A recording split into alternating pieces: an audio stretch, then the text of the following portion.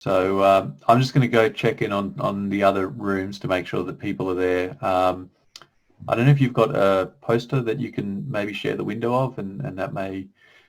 Yes, absolutely. And so, yeah, for everyone else, the idea of the poster sessions, just like a standard conference poster session, the authors are here to answer any questions on the papers. So, yeah, go ahead. The number of participants should be small enough that you could just unmute your microphones and ask any questions you like. But I guess, yeah, if you're not asking a question, then maybe keep your microphones mute so there's no feedback or anything. All right, so I'm just going to check in on some of the other Zoom sessions, and I'll come back a little bit later. Thank you. Jean, would you put up the poster maybe and share the screen? Yes, I can do that. So guys, if you have questions, we could take them. And otherwise, maybe Jean, you could also walk us over the poster. Yeah, I can do that. I'm not even sure, are all these people here, or is just everybody stayed in the Zoom and it's the same number? So maybe we wait if there are some questions, or that somebody shows some signs of life. Hi, Jan. Hi, Daniel. Yeah, so the people are waiting for your 2 minutes presentation. If you're going to keep 2 minutes presentation, otherwise maybe we can start it actually. Because I saw a text there that if they are asking if you are going to give 2 minutes presentation. Oh, okay. Before people start asking you question, maybe you can give a quick overview. I can, yes. Yeah, please. I'm listening to you basically. I'm here. I was just waiting for you to give a presentation as well. Oh, okay.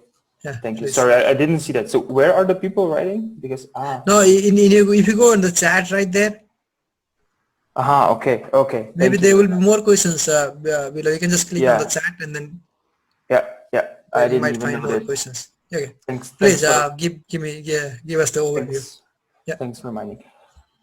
So as Tolga already presented in the presentation, our work actually aims at estimating the transformation parameters for a set of potentially overlapping point clouds. So what we get is a set of point clouds for which we don't even know if they overlap. And these are raw point clouds. So we have only the coordinates as input.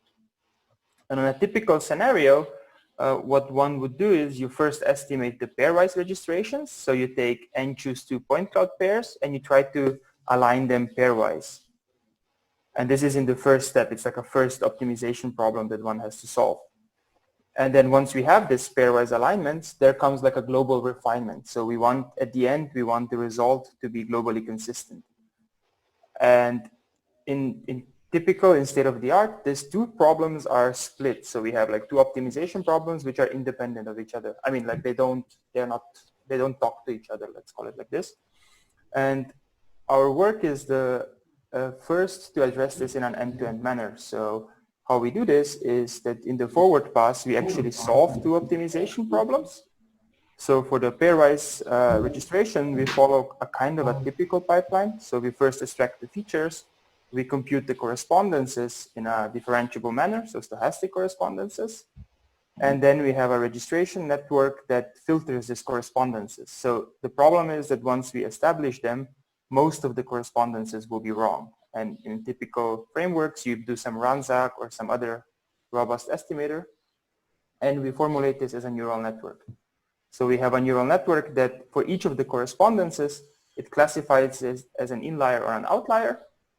And then we use this in a weighted Kapsch algorithm that has a differentiable solution to obtain the pairwise transformations. I'm sorry to interrupt. Would it be possible for you to use a pointer or a cursor over there? Yeah, yes. Yeah. If you could you use can a see pointer. the mouse, or? Yes, we can see the cursor. Can you use the pointer as well? Or okay, that is good enough actually. Okay. Yeah, that's good. So as I was mentioning, so we have a set of potentially overlapping point clouds. We extract the features. We have a feature descriptor block. And then these correspondences. So as you can see, we have like a soft correspondences, meaning they're modeled with a softmax function, such that we can differentiate to it. And these are then fed into the registration block. So this registration block for each of these correspondences, so it's like a 6-dimensional input. It outputs a weight, W, and this W denotes if the correspondence is an inlier or an outlier. So it gets a weight between 0 and 1. And this can actually be fed into the weighted Kapsch algorithm, which just estimates the R and T in this equation in a closed form solution. So it's a singular value decomposition, and we have these weights here that we have estimated with the network. So are you solving for We are solving for R and T. So R R and is T, but you are doing Procustus or you are doing linear yeah, solver? exactly. Yeah, Procustus. yeah. I see. So this has a differentiable solution with an SVD that we can differentiate through, and it gives us the pairwise maps. We use then these pairwise maps to form like this graph Laplacian, which actually we have a degree matrix, and in the adjacency matrix we just have, instead of the, we have the rotation matrices here. And if we have this L matrix, so this is then a transformation synchronization problem. So from the observed relative maps, we want to estimate the global transformation parameters.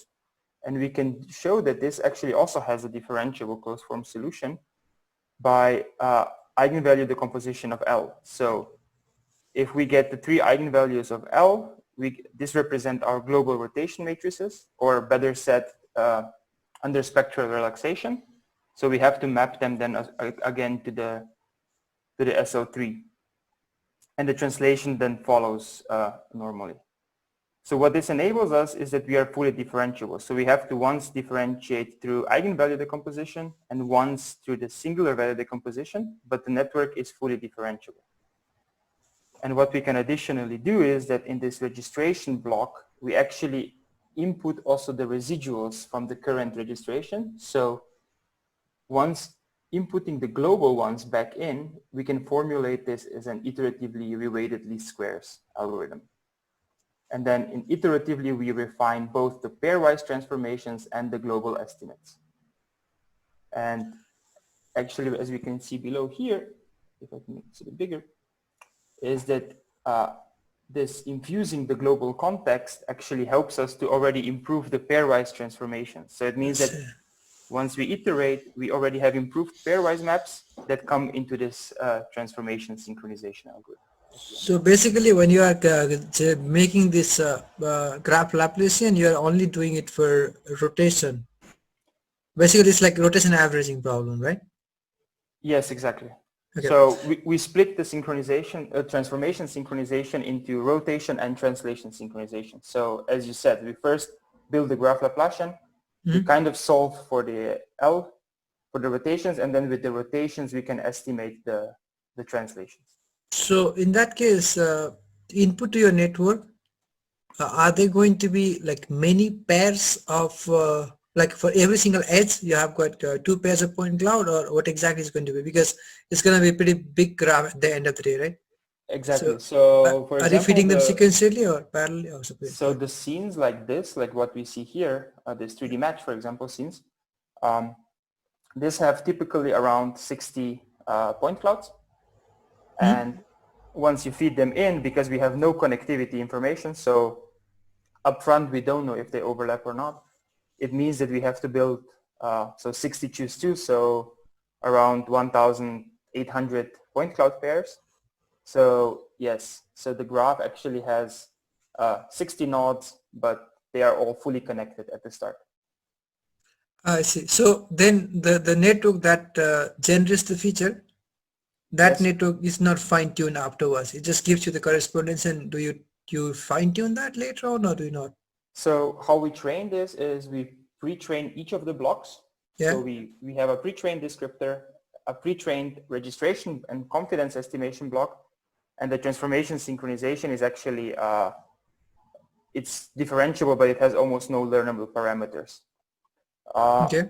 And then at the end, we fine-tune everything, but with very small batches. So what becomes problematic in the fine-tuning or in the end-to-end training is that the batch size actually changes inside the network. So the feature descriptor, for example, gets 4 point clouds in. So the batch size is 4.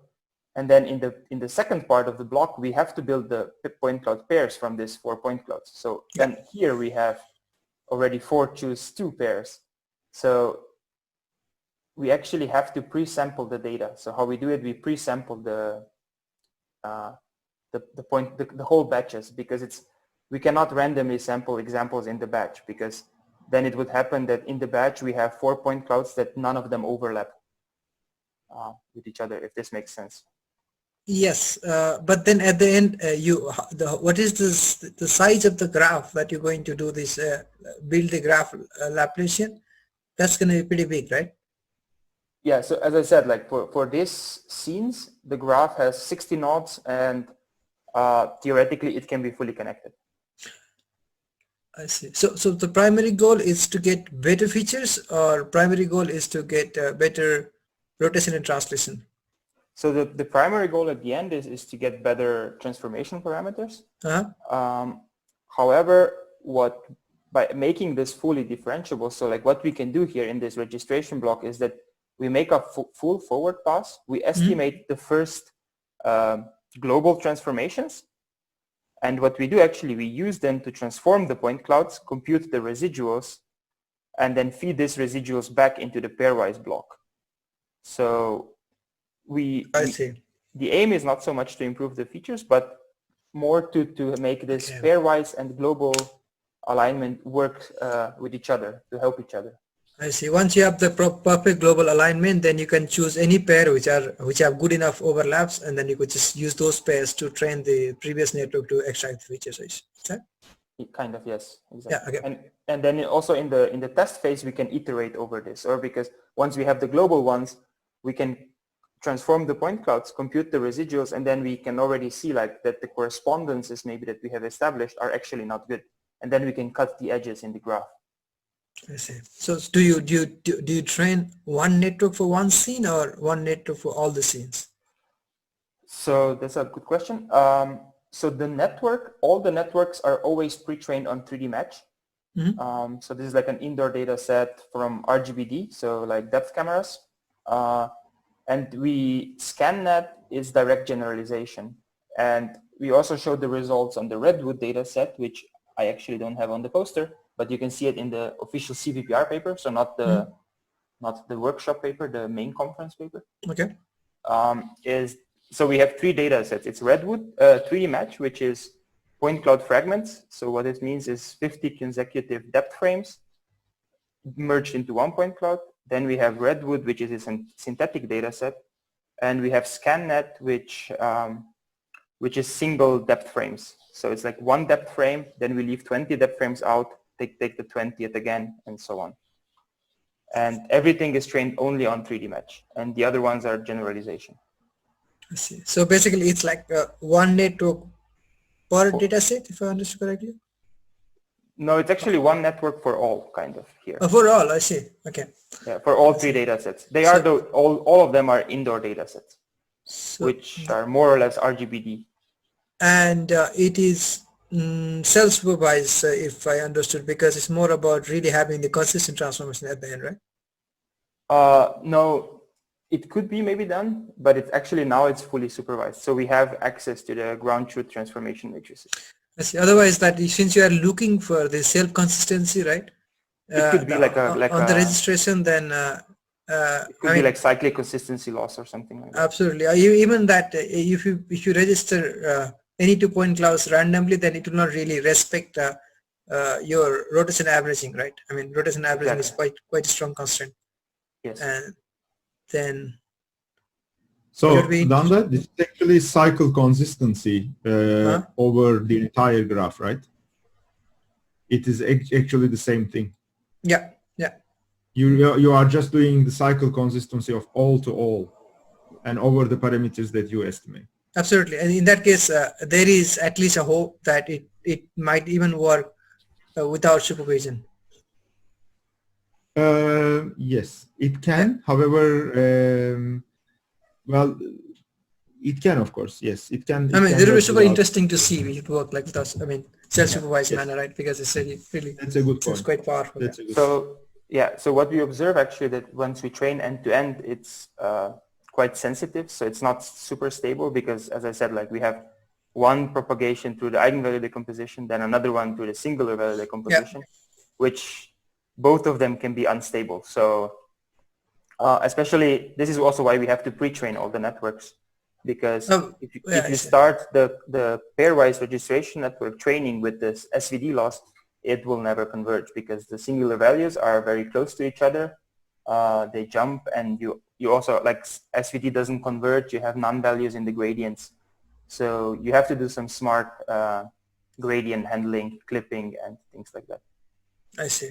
No, we had some experience. By the way, so one point is, so not that ScanNet, for instance, I mean, the supervision we are talking about here is not actually a supervision in the strong sense. So there is no manual annotation of the pauses going on.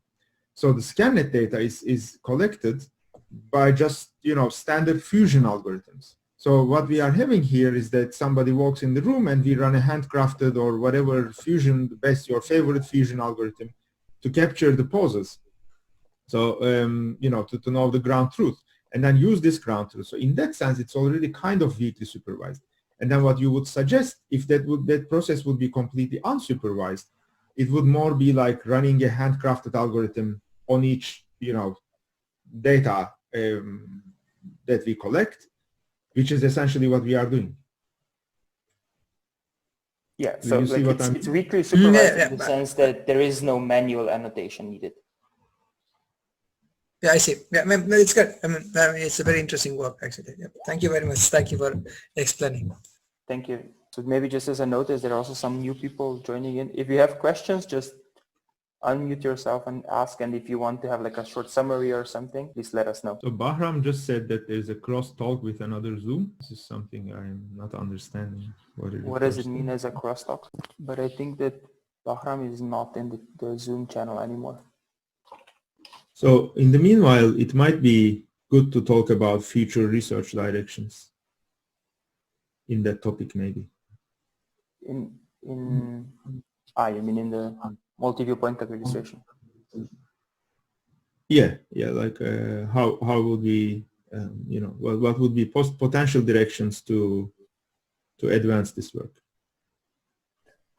Yeah, so one thing, of course, would be the transformation synchronization. Currently, it's like a handcrafted algorithm, so fully differentiable, but still one could imagine a graph neural network doing the job. So there was a recent work called Neurora, which actually shows this on some data sets. The problem is that maybe the missing part there is that they construct multiple graph neural networks, and the whole algorithm is not end-to-end differentiable. So it would have to be made fully differentiable to be applicable here.